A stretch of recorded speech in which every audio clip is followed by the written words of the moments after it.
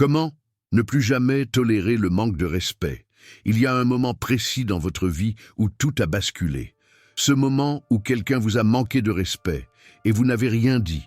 Vous avez avalé l'humiliation, vous avez souri poliment, vous avez fait semblant que ça ne vous affectait pas.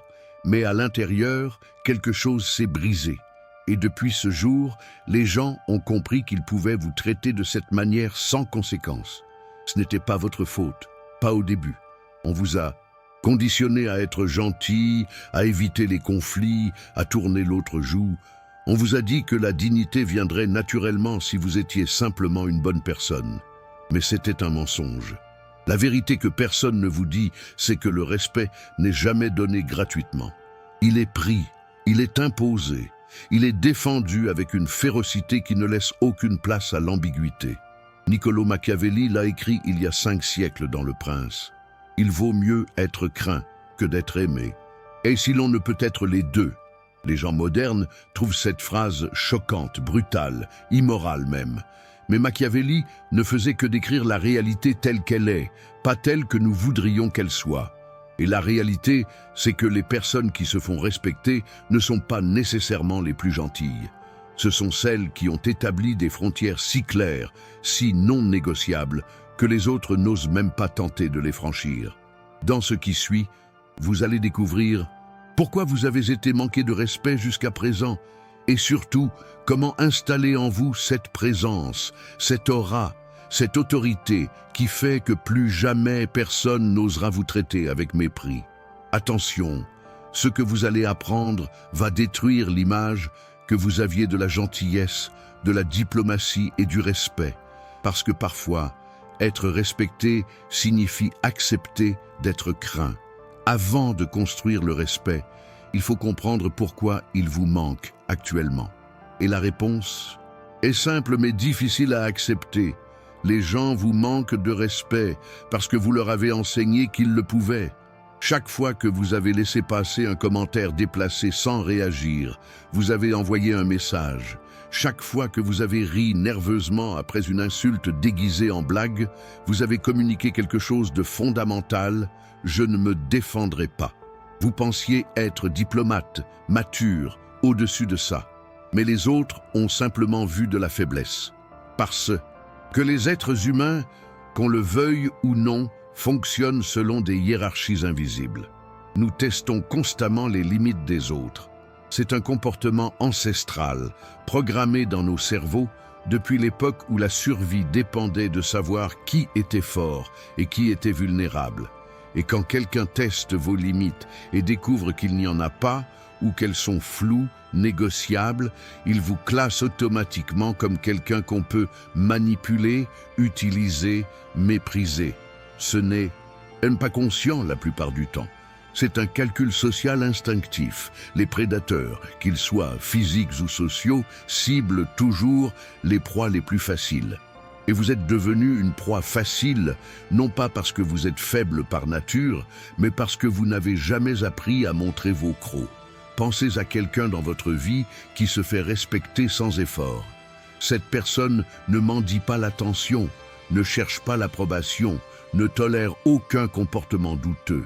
Quand cette personne entre dans une pièce, l'atmosphère change, les gens se tiennent un peu plus droit, parlent un peu plus poliment, pèsent leurs mots. Pourquoi? Parce qu'ils savent, consciemment ou non, que cette personne ne laissera rien passer, qu'il y aura des conséquences immédiates et désagréables à tout manque de respect. Ce n'est pas que cette personne soit violente ou agressive, c'est qu'elle dégage une certitude absolue quant à sa propre valeur et une volonté inébranlable de la protéger. Machiavelli observait les dirigeants de son époque. Ceux qui survivaient et prospéraient n'étaient pas les plus moraux ou les plus généreux. C'étaient ceux qui savaient exactement quand être doux et quand être impitoyable, qui comprenaient que la miséricorde mal placée était perçue comme de la faiblesse et que la faiblesse invitait l'agression. Vous devez développer cette même intelligence stratégique. Non pas devenir un tyran, mais devenir quelqu'un dont on respecte les limites parce que les touches pas. Transgresser coûte trop cher. Et ce prix, ce n'est pas nécessairement la violence physique. C'est votre retrait complet, votre indifférence glaciale, votre capacité à effacer quelqu'un de votre réalité sans une once d'émotion visible. Les gens craignent l'exclusion plus que presque tout. Soyez celui qui contrôle ce pouvoir, et vous ne serez plus jamais manqué de respect. Le premier principe pour ne plus jamais être manqué de respect est radical dans sa simplicité. Établissez des frontières non négociables et défendez-les immédiatement. La plupart des gens ont des frontières, mais elles sont floues, changeantes selon l'humeur ou la personne. Ça ne fonctionne pas. Les frontières doivent être des lignes gravées dans le béton, visibles de loin, impossibles à ignorer. Et la toute première fois que quelqu'un essaie de les franchir, vous devez réagir avec une clarté qui ne laisse aucun doute. Pas demain, pas après réflexion, immédiatement, parce que le timing est tout. Quand quelqu'un vous manque de respect et que vous ne réagissez pas sur le moment, deux choses se produisent. D'abord, l'autre personne enregistre que ce comportement est acceptable. Ensuite, vous perdez votre crédibilité. Même si vous revenez le lendemain pour clarifier les choses, c'est trop tard. Vous semblez calculateur, rancunier, faible. La force véritable réagit dans l'instant, calmement mais fermement. Musashi, le légendaire samouraï, ne laissait jamais un défi sans réponse, même verbal. Non pas parce qu'il était insécure, mais parce qu'il comprenait qu'un défi non relevé en invite 10 autres. Il y a une histoire célèbre où un adversaire l'a insulté publiquement. Musashi n'a pas haussé le ton, n'a pas montré de colère. Il a simplement fixé l'homme avec un regard vide d'émotion et a dit « Nous nous verrons à l'aube ». L'homme n'est jamais venu. Le simple fait que Musashi ait répondu avec cette certitude tranquille a suffi. Comment appliquer ce principe aujourd'hui? Identifiez d'abord vos frontières absolues. Qu'est-ce qui est totalement inacceptable pour vous? Être interrompu constamment? Être rabaissé devant les autres? Qu'on vous parle sur un certain ton? Écrivez-les clairement. Puis, la prochaine fois que quelqu'un franchit une de ces lignes, arrêtez tout. Littéralement. Si vous êtes en conversation, faites une pause. Regardez la personne dans les yeux et dites calmement « Ne me parle plus jamais sur ce ton ». Pas d'explication, pas de justification. Juste l'établissement d'une limite. Puis, et c'est crucial, soyez prêt à partir si la frontière est franchie à nouveau. Parce que des frontières sans conséquence ne sont que des suggestions. Et les gens ne respectent pas les suggestions, ils respectent les certitudes. Au début, ce sera inconfortable. Votre conditionnement social va hurler que vous êtes impoli, excessif, trop sensible. Ignorez ces voix. Elles viennent de la version de vous qui acceptait le mépris. Cette version doit mourir pour que la nouvelle émerge. Certaines personnes vont être choquées par votre nouvelle fermeté. Parfait. Ce choc est le début du respect. D'autres vont vous tester encore plus fort pour voir si vous êtes sérieux. C'est là que vous ne devez surtout pas fléchir. Une seule exception, et tout le travail s'effondre. Soyez le roc contre lequel leurs tentatives se brisent. Après quelques tentatives infructueuses, ils comprendront. Et le mot se répandra, inconsciemment, dans votre cercle social. Celui-là, on ne peut pas le tester. Il ne joue pas. Le deuxième principe est celui que beaucoup trouvent difficile à accepter. Cultivez une indifférence stratégique envers l'approbation des autres. Tant que vous avez besoin que les gens vous aiment, vous serez vulnérable au mépris. C'est une équation simple. Celui qui a besoin donne son pouvoir. Celui qui n'a besoin de rien garde tout son pouvoir. Les personnes qui se font respecter ont toutes une caractéristique commune.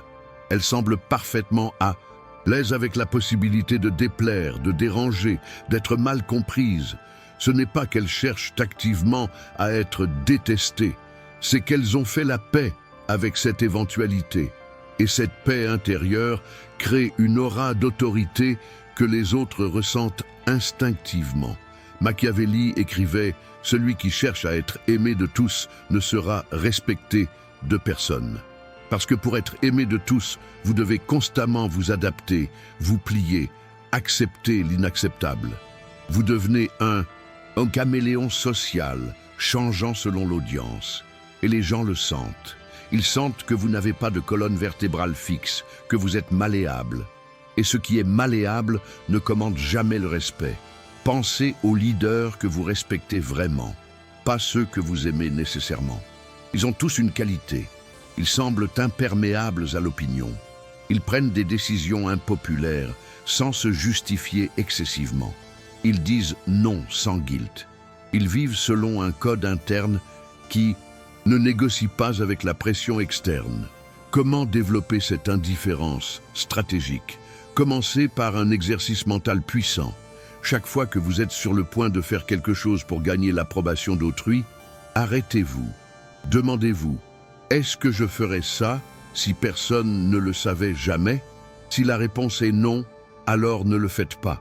C'est difficile au début parce que nous sommes câblés pour le social, pour l'approbation tribale. Mais rappelez-vous, le monde moderne n'est plus une petite tribu où l'exclusion signifie la mort. Vous pouvez survivre et prospérer même si certains ne vous aiment pas. En fait, c'est souvent ceux qui sont le plus aimés qui sont le moins respectés, parce qu'on les aime pour leur complaisance, pas pour leur force. Ensuite, pratiquez le non. Dites non aux demandes qui ne vous servent pas, sans excuses élaborées. Non, je ne peux pas, est une phrase complète.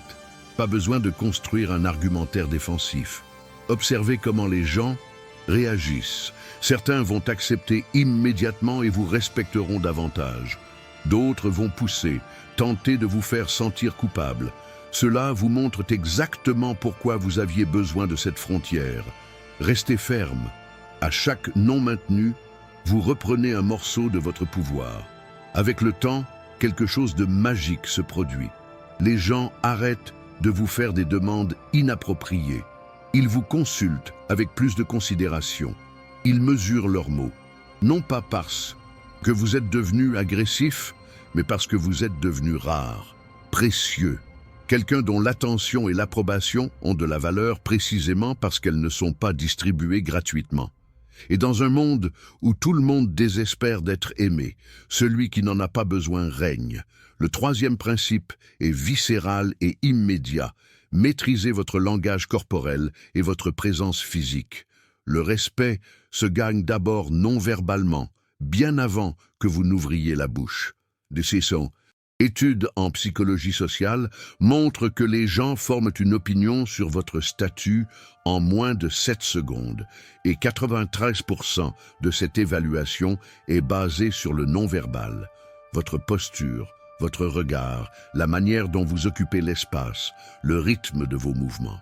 Si votre corps communique la soumission, aucune parole ne pourra compenser. Alors, que communique votre corps actuellement? Observez-vous honnêtement. Est-ce que vous rentrez les épaules quand vous marchez? Est-ce que vous évitez le contact visuel? Est-ce que vous vous faites petit dans les espaces publics, essayant de ne pas déranger? Est-ce que votre voix monte à la fin des phrases, transformant vos affirmations en questions? Tous ces micro-comportements hurlent « Je ne suis pas une menace, vous pouvez m'ignorer ». Et les gens vous obéissent, ils vous ignorent. Ils vous marchent dessus parce que votre corps leur a donné la permission. Musashi enseignait que la victoire commence avant le premier coup. Son simple regard pouvait déstabiliser un adversaire. Il marchait avec une économie de mouvement qui communiquait une efficacité mortelle. Aucune énergie gaspillée, aucune nervosité, juste une présence calme et absolue. Ses ennemis le sentaient et souvent abandonnaient avant même de combattre. Vous devez reconstruire votre présence physique du sol vers le haut. Commencez par votre posture. Tenez-vous droit, pas raide, mais avec l'assurance de quelqu'un qui a le droit d'occuper son espace. Épaules en arrière, un torse ouvert, poids équilibré. Imaginez un fil qui tire le sommet de votre crâne vers le haut. Cette simple modification change immédiatement comment les autres vous perçoivent. Et, plus important encore, comment vous vous percevez. Parce que le corps influence l'esprit autant que l'esprit influence le corps. Ensuite, le regard. Les personnes qui se font respecter ne détournent jamais le regard en premier. Quand quelqu'un vous parle, maintenez le contact visuel. Pas un regard fixe et agressif, mais un regard stable, présent, qui dit « Je suis ici pleinement et je n'ai pas peur de vous ». Au début, ce sera inconfortable. Vous voudrez détourner les yeux. Résistez. Comptez jusqu'à 3 après que l'autre ait détourné son regard, puis détournez le vôtre lentement, délibérément. Ce simple acte reformate la dynamique de pouvoir. Troisièmement, ralentissez. Les gens anxieux et insécures se déplacent rapidement, parlent vite, gesticulent nerveusement. Les gens puissants se déplacent avec économie. Ils prennent leur temps. Ils savent que le monde attendra. Quand vous entrez dans une pièce, ne vous précipitez pas. Ouvrez la porte complètement, entrez, refermez-la consciemment. Déplacez-vous vers votre siège, sans hâte. Installez-vous confortablement. Puis, et seulement alors, portez votre attention aux autres. Cette séquence communique « Je contrôle mon rythme, pas vous ». Enfin, occupez l'espace. Ne vous recroquevillez pas, ne croisez pas les bras défensivement. Étalez-vous légèrement. Posez votre bras sur le dossier de la chaise voisine.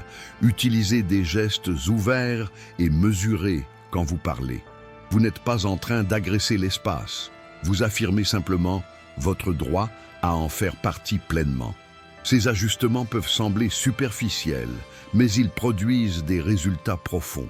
Parce que les autres lisent constamment ces signaux, et quand tous les signaux disent « autorité », ils ajustent leur comportement en conséquence, automatiquement, sans même réaliser pourquoi ils vous traitent soudainement avec plus de considération. Le quatrième principe est le plus dangereux et le plus efficace. Développer une réputation de conséquence implacable. Le respect ultime ne vient pas de ce que vous dites ou promettez, mais de ce que vous avez démontré être capable de faire quand vos limites sont franchies. Les gens doivent savoir, par expérience directe ou par récit, que vous faire obstacle coûte plus cher que de vous respecter. Cela semble dur. Calculé, machiavélique au sens le plus pur. C'est exactement ça. Machiavelli conseillait aux princes de s'assurer que leurs punitions soient mémorables. Pas nécessairement sévères à chaque fois, mais cohérentes et inévitables. Parce que l'inconsistance crée la confusion et invite au test répété. La cohérence crée la certitude, et la certitude crée le respect. Dans le monde moderne, les conséquences ne sont évidemment pas physiques, mais elles peuvent être tout aussi puissantes. C'est le collègue qui vous a manqué de respect en réunion et que vous avez complètement ignoré pendant des semaines, refusant toute collaboration, forçant ainsi son chef à remarquer la tension. C'est l'ami qui a franchi une ligne et que vous avez simplement retiré de votre vie sans drame, sans explication, juste une absence totale et définitive. C'est le membre de la famille qui a fait un commentaire blessant et qui découvre que vous ne venez plus au rassemblement où il est présent. Ces actions communiquent quelque chose de fondamental. Mes frontières sont réelles et les franchir vous coûtera mon temps, mon énergie, ma présence. La clé est la proportionnalité et surtout la cohérence. Vous n'avez pas besoin de surréagir, de créer du drame, de chercher la vengeance. Ce sont des réactions émotionnelles qui vous font paraître instables. Ce dont vous avez besoin, c'est d'une réponse froide, mesurée et absolument certaine. Quelqu'un vous manque de respect? Il perd immédiatement un niveau d'accès à vous. Cela se répète, il perd tout accès. Pas d'avertissement émotionnel, pas de seconde chance négociée. Juste la conséquence naturelle et prévisible de ses actions. Cette approche fait deux choses. D'abord, elle filtre naturellement votre cercle social. Les personnes toxiques, celles qui ne peuvent pas ou ne veulent pas respecter les frontières, s'éloignent ou sont éloignées. Les personnes de qualité, celles qui ont elles-mêmes des standards, respectent et apprécient votre clarté. Deuxièmement, elle construit une réputation. Les gens parlent, et quand quelques personnes ont fait l'expérience de vos conséquences, le mot circule. Ne teste pas celui-là, il ne joue pas, il applique. Cette réputation vous précède et fait une grande partie du travail à votre place. Les gens s'autorégulent avant même d'interagir avec vous. Mais attention, cette réputation doit être méritée et maintenue. Si vous menacez des conséquences et ne les appliquez pas, vous devenez un tigre de papier. Pire encore, vous perdez toute crédibilité. Donc, ne posez jamais d'ultimatum que vous n'êtes pas prêt à exécuter. Ne promettez jamais une conséquence que vous ne pouvez pas ou ne voulez pas appliquer. Soyez sobre dans vos déclarations et absolu dans leur exécution. C'est ainsi que vous devenez non pas craint au sens d'être détesté, mais respecté au sens d'être pris au sérieux. Profondément, incontestablement, universellement sérieux. Le cinquième et dernier principe unit tous les autres. Construisez une valeur intrinsèque si évidente que le manque de respect devient un luxe que personne ne peut se permettre. C'est le niveau ultime. À ce stade, vous n'avez plus besoin de défendre activement votre respect parce que votre simple présence, votre compétence, votre contribution sont si précieuses que les gens vous respectent par intérêt égoïste. Ils savent que vous exclure de leur vie coûte plus que de vous y inclure respectueusement. Machiavelli observait que les dirigeants les plus stables n'étaient pas ceux qui gouvernaient par la peur pure, mais ceux qui s'étaient rendus indispensables. Leur expertise, leur connexion, leurs ressources étaient si précieuses que même leurs ennemis devaient les traiter avec un minimum de déférence. Vous devez devenir cette personne dans votre domaine. Quelqu'un dont la compétence est incontestable. Quelqu'un qui apporte une valeur que les autres ne peuvent pas facilement remplacer. Parce que la compétence commande le respect d'une manière que rien d'autre ne peut égaler. On peut ne pas aimer la personne compétente, mais on ne peut pas se permettre de la mépriser. Comment construire cette valeur? D'abord, excellez obsessionnellement dans votre domaine. Pas bon, pas très bon, excellent. Devenez la personne vers qui les autres se tournent quand ils ont besoin d'expertise. Cela demande des années de travail délibéré, d'apprentissage constant, de perfectionnement impitoyable. Mais chaque heure investie dans votre maîtrise est une heure investie dans votre respect futur. Musashi ne s'est pas reposé sur ses victoires. Il a continué à s'entraîner, à étudier, à raffiner sa technique jusqu'à sa mort.